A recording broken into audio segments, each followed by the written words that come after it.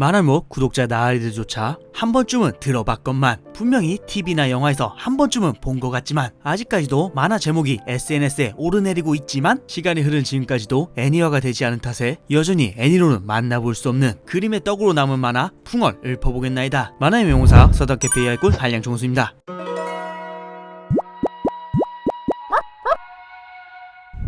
극악의 연재 속도 속에서도 섬세한 역사적 설정과 참신한 전개로 독자들을 사로잡은 이와아키 히토시의 히스토리에, 전쟁에서 단 한 번도 패한 적 없는 마케도니아 왕국의 정보광 알렉산더 대왕의 궁정 서기관 에우메네스의 이야기를 깊이 있게 다룬 백션 만화 히스토리에, 학구열이 넘치고 재치와 무력까지 갖췄지만 출생의 비밀이 있는 총명한 에우메네스 자신이 직접 겪으면서 기록하고 또 기록당했던 그때의 역사적 일대기를 섬세한 연출과 유려한 각색으로 버무린 덕분에 역사를 모르고 봐도 재밌고 역사를 좀 알면 더 맛있게 볼 수 있는 최고의 역사 만화로 크게 명성을 떨치죠. 하지만 2003년 연재를 시작한 이래 물론 잦은 휴지와 더불어 현재 무기한 휴재까지 하고는 있지만 25년인 현재까지도 애니화 소식은 안타깝게도 전혀 들려오지 않고 있는 실정입니다. 분명 작가 이와아키 히토시의 대표작이라고 할 수 있는 1988년 연재자 기생수가 아직까지도 애니 및 단행본 리메이크, 영화, 드라마 등 꾸준히 미디어 믹스화되면서 큰 인기를 누리고 있으니 히스토리아도 언젠가는 애니화 되지 않을까 하는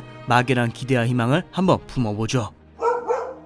일본 최강의 거모 미야모토 무사시 일대기에 작가 자신을 투영시키다. 이노우에 다케이코의 걸작 베가본드. 어릴 때부터 악귀의 자식이라 불리우며 스스로가 살아도 되는지 그 이유를 찾아 헤매이던 신맨 다케주가 천하무적이라는 꿈을 이루기 위해 미야모토 무사시가 되어 방랑하는 여정을 그린 액션 농촌 시대극 베가본드. 슬램덩크로 90년대 최고의 작가에 등극한 이노우에 다케이코의 차기작으로 일본 역사상 최강의 거모로 추앙받는 미야모토 무사시의 서사를 그려낸다는 그 사실 하나만으로도 세간의 관심이 쏟아졌었는데, 이노우에는 그 기대에 화답하듯 예술의 경지에 오른 작가, 단순 칼부림을 넘어 인생 철학을 담아낸 서사, 이노우에답지 않은 참신한 연출 시도를 통해 베가본드를 자신의 최고 걸작에 올려놓는데 성공하죠. 하지만 이런 미친 인기에도 불구하고 1998년 연재를 시작한 이래 25년 된 현재까지도 결말은커녕 애니화조차 이루어지지 않은 상황이죠. 왜 아직까지도 애니화가 이루어지지 않았는지 그 이유를 궁해지해보자면 역시나 이노우에 센세의 확고한 작품관 때문이 아닐까 합니다. 자신의 작품과 캐릭터의 컨셉에 대해서는 편집증적인 집착을 보이는 이노우에이기에 원작 베가본드에서 자신이 표현하고자 하는 바를 애니 베가본드에서 똑같이 재현해낼 수 있을지 계속해서 의구심이 들기에 아직까지도 애니화 제안을 선뜻 받아들이지 않는 것이 아닐까 합니다. 일전에 슬램덩크 애니랑 극장판만 하더라도 우여곡절이 많았으니까요. 하지만 만화책의 디지털화에 언제나 회의적이었던 이노우에가 최근 자신의 X에서 25년 6월부터 슬램덩크의 이북 발간 소식을 전한 것을 보면 분명 심경의 변화가 꾸준히 나타나고 있는 만큼 베가본드의 연재 재개, 나아가 애니화 역시 꼭 이루어질 수 있기를 기도해보죠.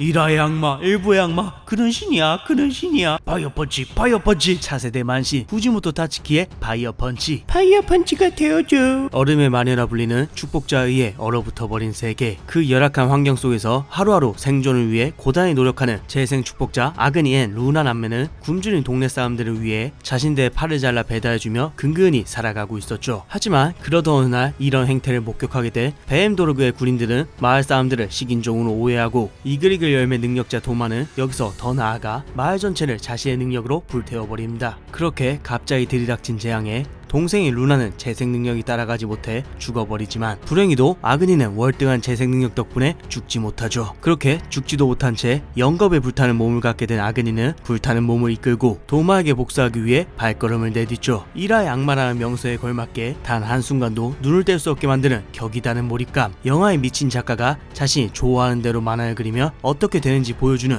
파멸적인 전개와 화려함을 넘어 황홀한 수준의 영화적 연출로 만화를 본 독자들로 하여금 타츠키 그는 신이야, 타츠키 파이어 펀치를 외치게 만들었던 센세이셔널했던 명작 파이어 펀치. 하지만 2016년 4월 연재를 시작한 이래 후속작인 체인소맨조차 애니는 물론 극장판까지 나오고 있는 25년 현재까지도 애니화되고 있지 않죠. 정점에 도달한 안티플롯 전개와 다소 난해한 결말로 호불호는 갈릴지언정 평단의 극찬과 독자들의 무한한 숭배를 받았음에도 불구하고 이처럼 아직까지도 애니화가 안되고 있는 이유는 개인적으로는 역시 근친, 인육, 신체 훼손과 같은 잔혹한 설정과 선을 앞에 두고 풀악셀 밟는 자극적인 연출을 보면 선뜻 애니화하기 힘든 것이 사실이죠. 그래도 언젠가는 파이어 펀치 부디 애니가 되어줘. 그냥 그거 하고 싶어서 넣은 거죠. 그는 신이야, 그는 신이야, 파이어 펀치 다가올 격동의 그림자가 덮치기 전 찰나갔던 평온의 시간을 담아내 모리카오루의 신부 이야기. 무대는 유목 정착민들이 끝없이 펼쳐진 대지에서 자유롭게 살아가는 19세기 중앙아시아 카스피해 인근의 지방도시. 집안 문제로 홍기를 놓치고 20세라는 굉장히 늦은 나이에 에이온과의 차기 가주, 12세의 카르르크 에이온에게 시집온 유목부족 하르갈 출신의 신부 아미르 하르갈. 외모는 물론 인성까지도 똑부러진 연상의 신부 아미르는 다른 부족인 8살 연하의 꼬마 신랑 카르르크와 부부의 연을 맺고 오순도순 매일같이 깨가 쏟아지는 낭만 넘치는 하루하루를 보내죠. 하지만 격동한 시대의 흐름에 따라 사랑하기만 해도 바쁜 이 두 부부에게 결코 피할 수 없는 갖은 시련이 찾아오게 됩니다. 중앙아시아 실크로드를 무대로 지역별 여러 신부들의 이야기를 옴니버스 형태로 엮어낸 만화 신부 이야기. 2008년 10월 연재를 시작한 이래 경외감이 들게 하는 작가의 신다운 섬세한 그림들, 작품의 애정을 절로 느낄 수 있게 만드는 그때 그 시절 감성을 그대로 담아낸 배경 묘사. 1차 세계대전이 덮치기 직전 그때의 중앙아시아 문화를 낭만 넘치게 풀어낸 서사로 큰 인기를 끌었죠. 특히나 엠마 작가의 신작다운 특색 있는 작품으로 한 권 한 권 나올 때마다 모두의 감탄을 자아냈지만 25년 현재까지도 애니화가 되지 않은 탓에 평생 애니로는 볼 수 없는 만화로 평가받고 있습니다. 팬들은 이런 명작이 아직까지도 애니화가 되지 않은 이유를 작품의 특장점인 섬세한 작가 때문이라고 추측하고 있는데요. 카오루 센세는 작중 인물들의 개성 강한 복장과 그 속의 문양들, 그리고 넋을 놓게 만드는 배경 사물들까지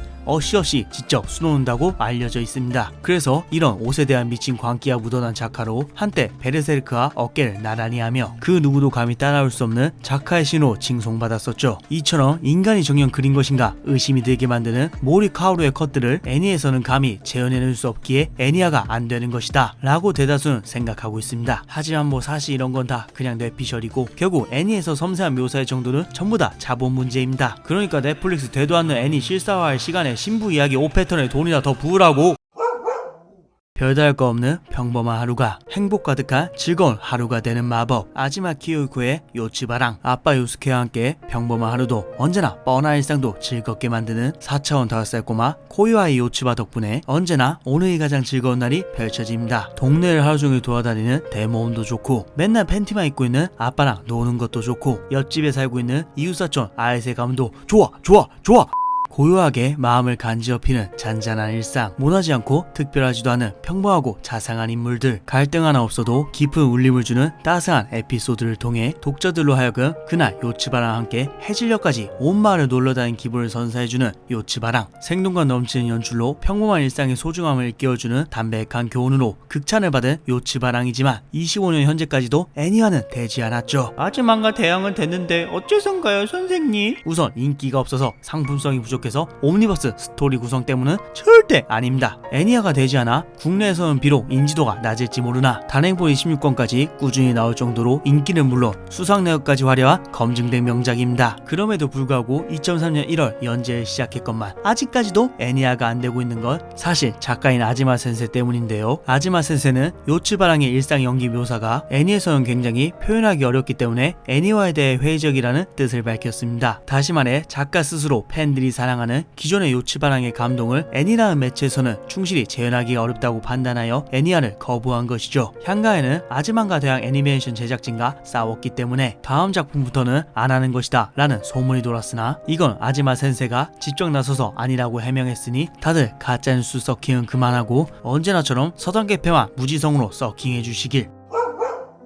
결말은 자기도 어려워서 유기했지만 그래도 미디어 믹스는 대박났으니 한잔해도 되는 카이타니 시노부의 라이어 게임. 과학에 정직한 성격 탓에 주위에서는 늘 개오구 취급받는 갓 대학에 입학한 신입생 나오에게 어느 날 갑자기 배달된 하나의 소포. 그 안에는 라이어 게임 참가 축하 편지와 함께 현금 1억엔이 들어있었고 그렇게 나오는 뜬금없이 1억엔빵 라이어 게임에 휘말리게 되죠. 하지만 다행히도 중학교 때 선생님을 1억엔빵 대전 상대로 만나면서 개꿀 빨 줄 알았지만 믿었던 선생에게 동수 를 맡게 된 나오는 도라에몽 찾는 진구 마냥 일본 최고의 천재 사기꾼 아키야마에게 도움을 요청하게 되는 것을 시작으로 본격적인 게임의 서막을 알린 라이어 게임. 한편으로는 단순해 보이는 게임 속 극한의 상황에 몰린 인간의 심리를 치열하게 파고들어 남들을 속이면서도 끝까지 신뢰하고 협력한 인간은 은근히 살아남는 훈훈한 인간 참가로 큰 인기를 끌며 영화, 드라마로 미디어 믹스 제작은 물론 TV 예능에서도 숱하게 패러디되었던 라이어 게임. 하지만 2005년 연재를 시작한 이래 유독 애니와랑은 연이 없었던 것인지 2025년 현재까지도 애니와 소식은 전혀 들려오고 있지 않은 실정이죠. 애니 본 적 있는 것 같은데 진짜 없는 거 맞나요? 한국에서는 특히 동명의 드라마도 나왔고 여러 두뇌 서바이벌 프로에서 해당 컨셉을 자주 차용했던지라 만화를 안 보신 분들조차 알만한 만하지만 애니와는 현재까지도 진행된 게 전혀 없습니다. 충격과 반전, 그로테스크한 연출로 서바이벌 호러 데스게임의 대명사가 된 후지무라 아키지의 신이 말하는 대로 따분하고 지루한 인생이 힘들어하던 평범한 고등학생 다카하타 슈는 수업을 듣던 중 어느 날 갑자기 다루마 게임에 휘말리게 되고 결국 게임을 클리어한 자신을 제외한 반저원이 끔찍한 꼴로 죽어버리고 그렇게 지루한 일상을 벗어나고자 신에게까지 빌었던 슈는 보고도 믿기지 않는 장난같은 데스게임 속에서 살아남기 위해 동료들과 힘을 합쳐 싸우는 과정을 그린 것이 대략적인 줄거리죠. 그렇게 2011년에 연재를 시작한 이래 그로테스크하면서도 수위 높은 자극적인 연출, 주조연조차 한커만에 죽여버리는 예측할 수 없는 파격 전개와 광기 어린 높은 수위로 이야기를 풀어내면서 데스게임 만화의 대명사로 거듭나죠. 특히 작품 속 심플하면서도 자극적인 게임들은 대표적으로 오징어 게임 외에도 영화, 드라마, TV쇼 등 다양한 미디어 믹스에서 전 세계적으로 패러디되면서 여전히 큰 영향력을 끼치고 있지만 아직까지 애니화는 되지 않았습니다. 2011년 3월 일부 만화 연재가 시작된 이후 그 인기를 바탕으로 2부도 연재하고 실사 영화도 나왔건만 애니화는 나오지 않았죠. 물론 잔혹하면서도 수위 높은 연출과 몰입하기 힘들 정도로 급박하게 죽어나가는 전개, 산호가 벌인 세부 설정 등으로 비판받는 건 사실이지만 그래도 요즘 같은 MZ시대에는 충분히 통용될 만하니 나중에 일부만이라도 애니로 꼭 나와줬으면 하는 바람입니다.